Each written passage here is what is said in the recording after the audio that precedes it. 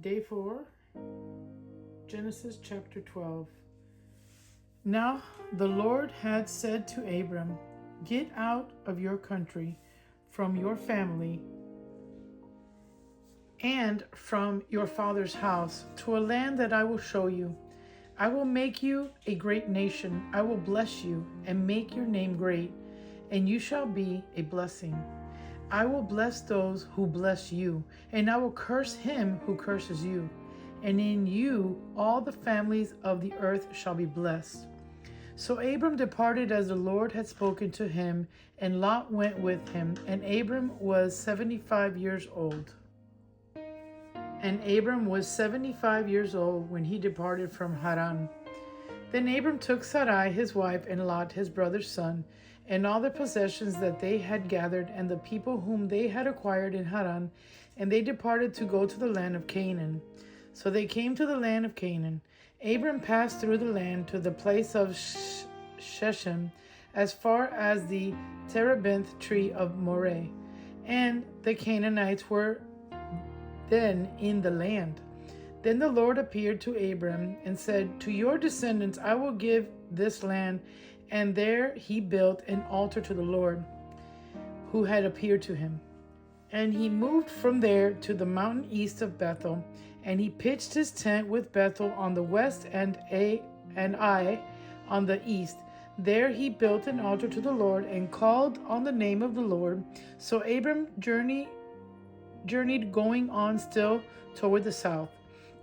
Now there was a famine in the land, and Abram went down to Egypt to dwell there, for the famine was severe in the land.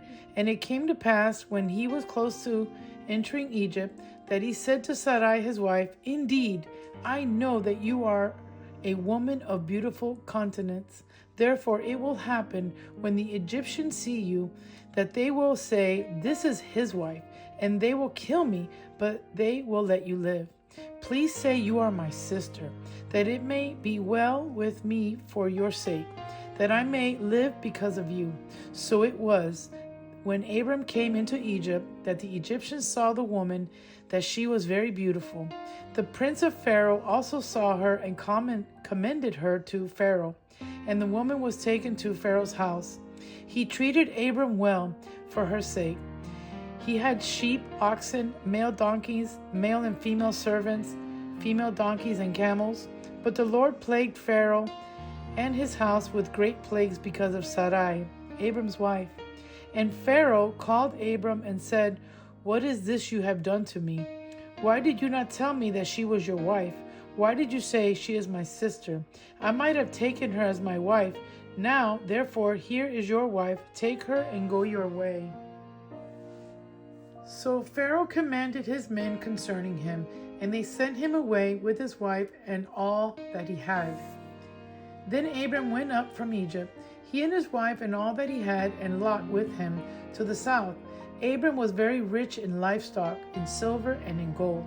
And he went to the journey from the south as far as Bethel, to the place where his tent had been at the beginning, between Bethel and Ai, to the place of the altar which he had made there at first. And there Abram called on the name of the Lord. Lot also, who went with Abram, had flocks and herds and tents. Now the land was not able to support them, that they might dwell together, for their possessions were so great that they could not dwell together. And there was strife between the herdsmen of Abram's livestock and the herdsmen of Lot's livestock. The Canaanites and the Perizzites then dwelt in the land. So Abram said to Lot, "Please, let there be no strife between you and me, and between my herdsmen and your herdsmen, for we are brethren. Is not the whole land before you? Please separate from me. If you take the left, then I will go to the right. Or if you go to the right, then I will go to the left." And Lot lifted his eyes and saw all the plain of Jordan, that it was well watered everywhere, before the Lord destroyed Sodom and Gomorrah, like the garden of the Lord and the land of Egypt, as you go toward Zoar. Then Lot chose for himself all the plain of Jordan, and Lot journeyed east, and they separated from each other. Abram dwelt in the land of Canaan, and Lot dwelt in the cities of the plain, and pitched his tent even as far as Sodom. But the men of Sodom were exceedingly wicked and sinful against the Lord. And the Lord said to Abram, and Lot had separated from him, "Lift your eyes now and look from the place where you are, northward, southward, eastward, and westward. For all the land which you see I give to you and your descendants forever. And I will make your descendants as the dust of the earth, so that if a man could number the dust of the earth, then your descendants also could be numbered. Arise, walk in the land through its length and its width, for I give it to you." Then Abram moved his tent and went and dwelt by the terebinth tree of Mamre, which are Hebron, and built an altar there to the Lord. And it came to pass in the days of Amraphel, king of Shinar, Arioch, king of Elasar, Chedorlaomer, king of Elam, and Tidal, king of nations, that they made war with Bera, king of Sodom, Bersha, king of Gomorrah, Shinab, king of Admah, Shemember, king of Zeboim, and the king of Bela, that is Zor. All these joined together in the valley of Siddim, that is the Salt Sea. 12 years that they served Chedorlaomer. In the 13th year they rebelled. In the 14th year, Chedorlaomer and the kings that were with him came and attacked the Rephaim in Ashtaroth, Karnaim, the Zuzim in Ham, the Emim in Shavech, Kirathaim, and the Horites in their mountain of Seir, as far as El-Paran, which is by the wilderness. Then they turned back and came to En-Mishpat, and attacked all the countries of the Amalekites, and also the Amorites who dwelt in Hazazon Tamar. And the king of Sodom, the king of Gomorrah, and the king of Admah, and the king of Zeboim, and the king of Bela went out and joined together in battle in the valley of Siddim against Chedorlaomer, king of Elam, Tidal, king of nations, Amraphel, king of Shinar, and Arioch, king of Elasar, 4 kings against 5. Now the valley of Siddim was full of asphalt pits, and the kings of Sodom and Gomorrah fled. Some fell there, and the remainder fled to the mountains. Then they took all the goods of Sodom and Gomorrah and all their provisions and went their way. They also took Lot, Abram's brother's son, who dwelt in Sodom, and his goods, and departed. Then one who had escaped came and told Abram the Hebrew, for he dwelt by the terebinth tree of Mamre, the Amorite, brother of Eshcol and brother of Aner, and they were allies with Abram. Now when Abram heard that his brother was taken captive, he armed his 318 trained servants who were born in his own house, and went in pursuit as far as Dan. He divided his forces against them by night, and he and his servants attacked them and pursued them as far as Hobah, which is north of Damascus. So he brought back all the goods, and also brought back his brother Lot and his goods, as well as the women and the people.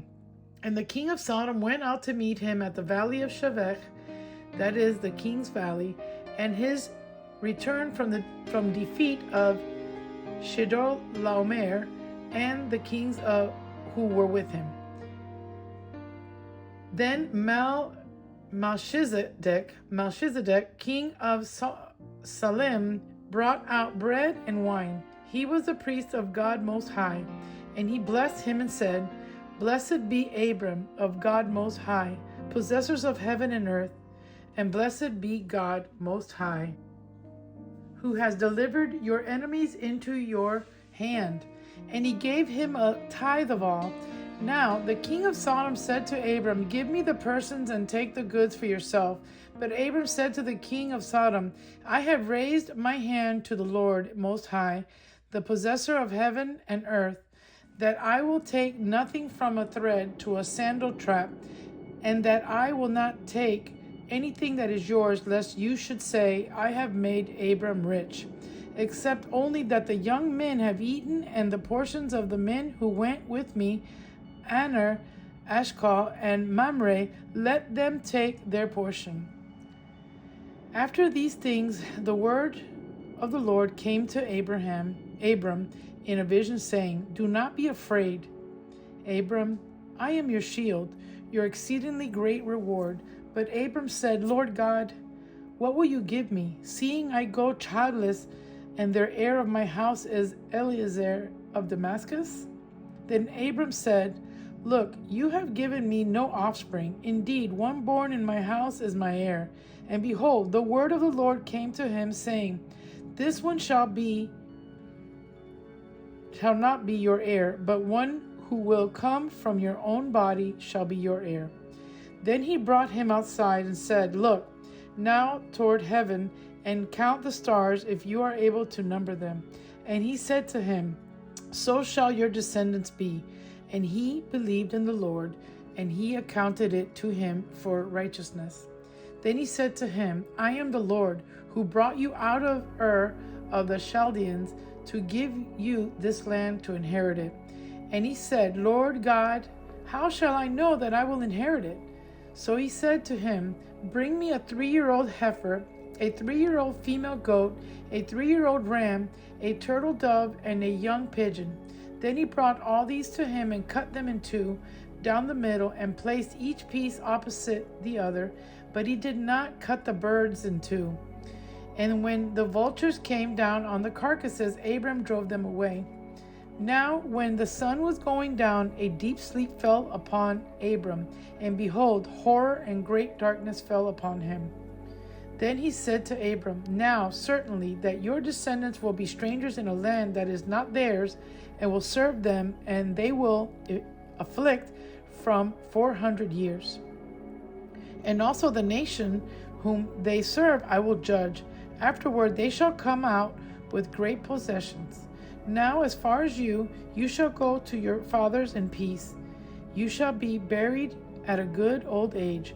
But in the 4th generation they shall return here, for the iniquity of the Amorites is not yet complete. And it came to pass, when the sun went down and it was dark, that behold, there appeared a smoking oven and a burning torch that passed between those pieces. On the same day, the Lord made a covenant with Abram, saying, To your descendants I have given this land from the river of Egypt to the great river, the river Euphrates, the Kenites, the Kenizzites, and the Cadmonites, the Hittites, the Perizzites, the Rephaim, the Amorites, the Canaanites, the Girgashites, and the Jebusites. Psalms for today, Psalms 4, the safety of the faithful. To the chief musician with stringed instruments, a psalm of David. Hear me when I call, O God of my righteousness. You have relieved me in my distress. Have mercy on me and hear my prayer. How long, O you Son of Men, will you turn my glory to shame? How long will you love worthlessness and seek falsehood, Selah? But know that the Lord has set apart for himself him who is godly. The Lord will hear when I call him. Be angry and do not sin. Meditate within your heart on your bed and be still, Selah. Offer the sacrifices of righteousness and put your trust in the Lord. There are many who say, Who will show us any good? Lord, lift up the light of your countenance upon us. You have put gladness in my heart, more than in the season that their grain and wine increased. I will both lie down in peace and sleep, for you alone, O Lord, make me dwell in safety.